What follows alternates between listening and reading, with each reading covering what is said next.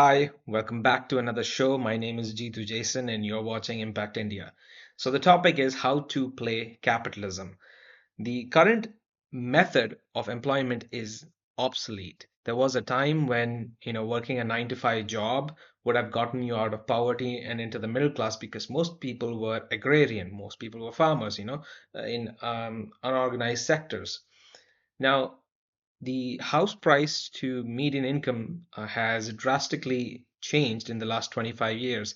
In 2000 in India, the median house price to income ratio was 1 is to 3. So, which means in 3 years worth of salary, you could buy a house. Now it's 1 is to 10 or 1 is to 14 in Mumbai. Okay. So, which means you have to save all your money, all your salary for 14 years straight to buy a house.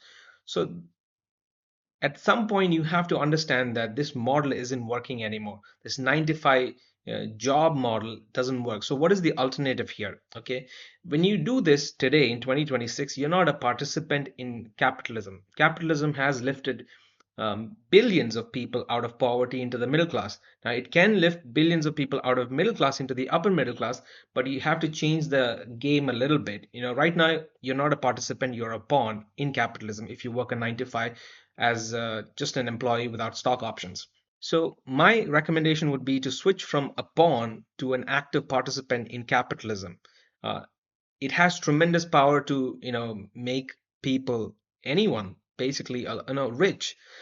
So how do you change or play in this new paradigm? Okay, I used to work for a company as a teacher, as a training instructor for computer-aided design software programs like AutoCAD, Siemens NX CAD, 3ds Max, etc. So the first company that I worked for was a typical company. I used to get like 14,000 rupees per month as salary for teaching 50 to 100 students per month.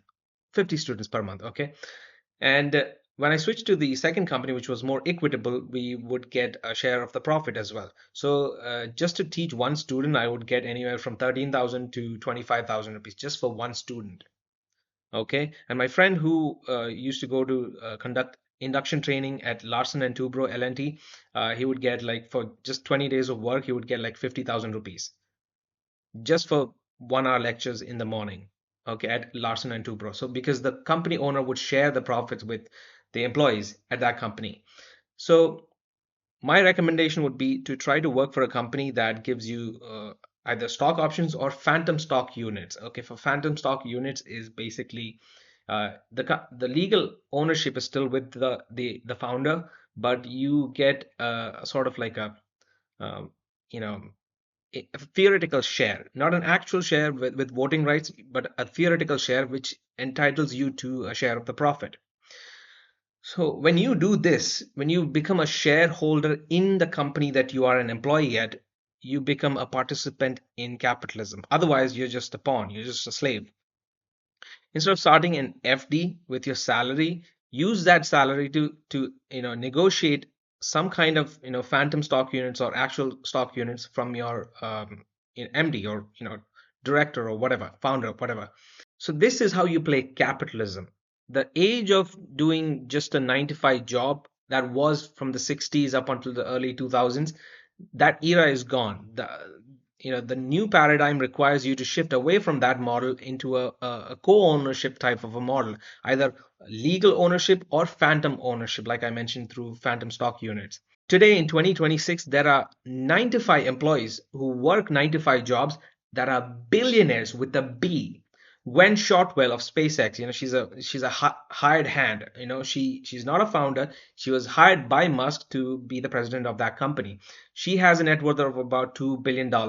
Tim Cook, same story. Did not found Apple. He was a hired hand. He is currently, I think 2.4 billion or something like that. Satya Nadella, Sundar Pichai, these people are all billionaires with the B. These are 9 to 5 employees, by the way. Okay, and there are thousands of millionaires created through IPOs, like Nvidia stocks, SpaceX, Tesla, this and that, Microsoft. All the early employees have become multi-millionaires. Okay, at least 40 of them are above $100 million today. I'm not saying you're going to make that kind of money. I'm just saying that the reason why these people became rich as an employee is because they had stock options. They had skin in the game. They were participants in capitalism. If you are not participating in capitalism, then you're going to work like a slave. Okay. Exchange a portion of your salary for phantom stock units. Instead of putting your money in FD in a bank, which gives you what, 5 to 6% interest rate, if you really trust the company that you are working for, you know, pay a portion of that salary or take a pay cut and instead opt for phantom stock units. This is a thing that you can do. I agree that 95% of capitalist companies wouldn't allow you to do that, but there are 5% of capitalist companies that do this, that would allow this kind of an arrangement. I work for a company like that. I've worked for companies that don't do it. I have worked for companies that do it. And if you have lived any amount of time on this planet, you know that this is also true for some companies that you have worked for as well. So it is better to work for a small company as a shareholder than to work for a prestigious corporation like a slave.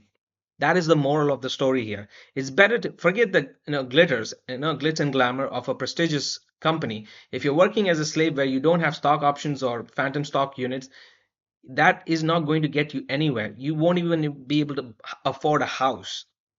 So switch to an arrangement where you take a pay cut or you pay part of your salary to get actual phantom stock units. In that way, you can, instead of saving it in a bank, you can actually be part of a profitable business. If the company that you're working for is even half as good as a regular company, if it makes a profit, you can get a share of that.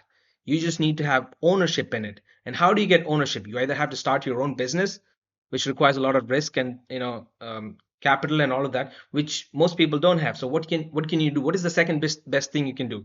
Be part of the company that you are working for. And if the company doesn't allow that, if the company doesn't want to give you phantom stock units, then switch the company. Okay. Now I agree that most companies don't do it. It's difficult to find it, but this is a strategy that can work. This has helped people, make decent amount of income. I'm not saying you become millionaire or rich or anything like that, but you'll be at least able to live a decent life, better than your other 9 to 5 counterparts do.